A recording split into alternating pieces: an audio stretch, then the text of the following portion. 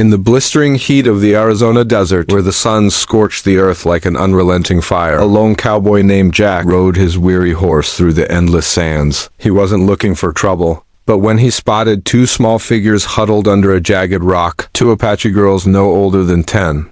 Their faces streaked with dust and tears, lips cracked from thirst, his heart shattered like glass. They were lost, abandoned in a world that had already taken too much from them, and in that moment Jack knew he couldn't ride on.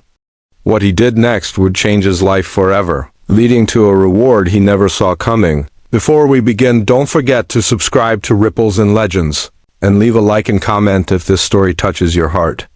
Jack pulled his horse to a stop, the animal snorting softly as if sensing the urgency. He dismounted quickly, his boots kicking up clouds of red dust.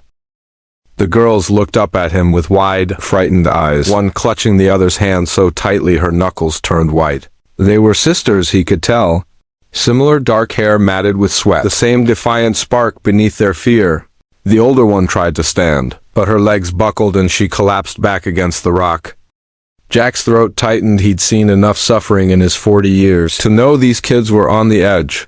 "Hey there," he said softly, kneeling down a safe distance away, his voice rough from the dry air, but gentle like he was talking to a spooked colt. "I'm not here to hurt you. You look like you could use some water." He reached into his saddlebag, pulling out his canteen. The girls eyed it warily, but thirst won out. The younger one, maybe 8, crawled forward first, taking a tentative sip before gulping it down. Her sister followed, and soon they were both drinking like it was the first water they'd had in days. Jack sat back on his heels, watching them. He wasn't a man of many words. Life had beaten that out of him. 10 years ago he'd lost his wife, Sarah, to a fever that swept through their small ranch like a thief in the night. Their baby boy hadn't lasted the week after. Since then Jack had wandered, taking odd jobs, herding cattle or fixing fences, but mostly keeping to himself. The desert was his companion now, vast and empty, mirroring the hole in his chest. Saving these girls, it wasn't heroism. It was just what a decent person did, or at least what he hoped he still was. As the sun dipped lower, painting the sky in oranges and purples, Jack helped the girls onto his horse. The older one, who whispered her name was Layla, rode in front, her small hands gripping the saddle horn. The younger, Mia, sat behind him, her arms wrapped around his waist like a lifeline. They didn't speak much language, barriers and exhaustion saw to that, but Jack hummed an old lullaby Sarah used to sing, the melody carrying over the wind. It was the first time in years he'd let himself remember it, without the pain twisting like a knife. They reached his modest cabin just as night fell, stars blinking awake overhead. It wasn't much, a one-room shack with a leaky roof and a wood stove, but it was shelter. Jack lit a fire, boiled some beans and cornbread, and watched as the girls devoured the meal. Layla signed her thanks with a nod, her eyes softening a bit. Mia Boulder now pointed to a faded photograph on the wall. Jack and Sarah on their wedding day, smiling like the world was theirs. Pretty Mia said in halting English, and Jack felt a lump form in his throat. "That was my wife," he murmured, turning away to hide the moisture in his eyes. "She's gone now." The girls didn't press, but Leela reached out and patted his hand, a simple gesture that cracked something open inside him. He gave them his bed, piling blankets on the floor for himself, and lay awake listening to their soft breaths. For the first time in a decade, the silence didn't feel so heavy. The next morning dawned crisp and clear, the kind of day that promised renewal. Jack was outside chopping wood when he heard the hoofbeats, distant at first, then growing louder. He set down his axe, wiping sweat from his brow, and squinted toward the horizon. A group of riders approached, dust trailing behind them like a banner. At the front was a woman, her long black hair flowing in the wind, her face etched with worry and determination. She rode a painted pony, adorned with beads and feathers that caught the light. The riders pulled up short and the woman dismounted, her eyes scanning the cabin frantically. Leela and Mia burst out the door at the sound, crying out in Apache as they ran to her. "Mama!" Mia shouted, throwing herself into the woman's arms. The mother enveloped them both, tears streaming down her cheeks as she held them close, murmuring words Jack couldn't understand but felt in his bones: relief, love, gratitude.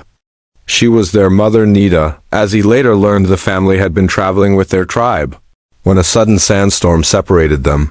Nita had searched all night, fearing the worst in a land where dangers lurked everywhere, predators, dehydration or worse. The prejudices of settlers who saw Apaches as rather than people now here were her daughters. Safe and fed thanks to this stranger.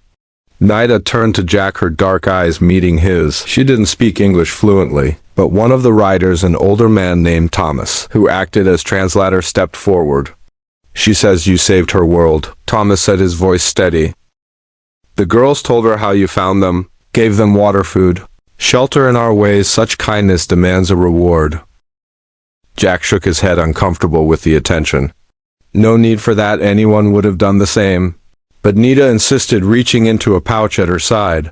She pulled out something small wrapped in soft deerskin. Unfolding it carefully, she revealed a necklace.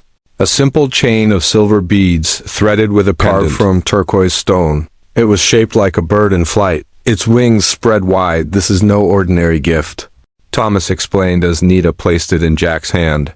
It's a spirit token passed down in her family. The bird represents freedom, but also healing, she says. You've carried a heavy burden, lost like a shadow on your heart.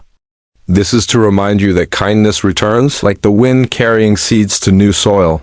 Jack stared at the pendant, a cool stone warming in his palm.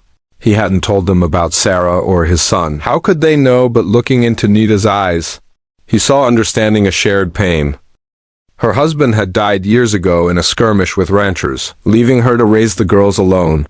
In that moment, barriers of culture and history melted away, leaving only two people who knew what it was to grieve and keep going. The tribe didn't leave right away. They shared a meal around Jack's fire. Venison stew Nita prepared with herbs from her saddlebag, cornbread from his stores. Laughter filled the air as the girls played, chasing each other in the yard.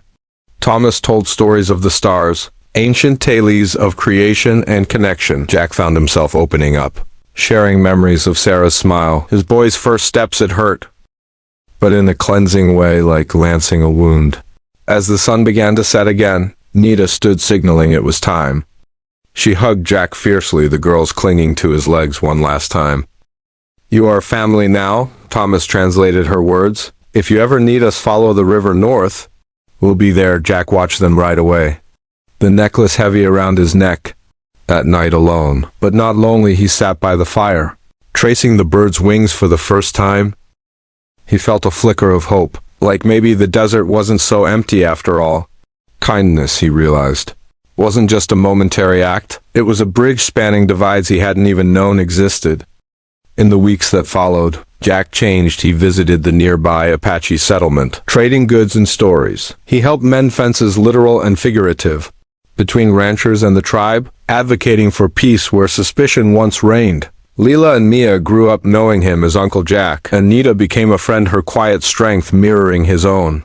The pendant, it became a talisman, a reminder that redemption comes not from forgetting pain, but from letting it connect you to others. Years later, on a similar dusty day, Jack would save another lost soul, a young boy orphaned by a storm.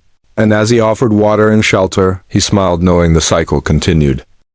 Kindness ripples outward, touching lives in ways we can't predict, healing wounds we thought eternal. In a world full of hardship, it's the unexpected connections that light the way home, proving that even in the vast desert of life, no one is truly alone.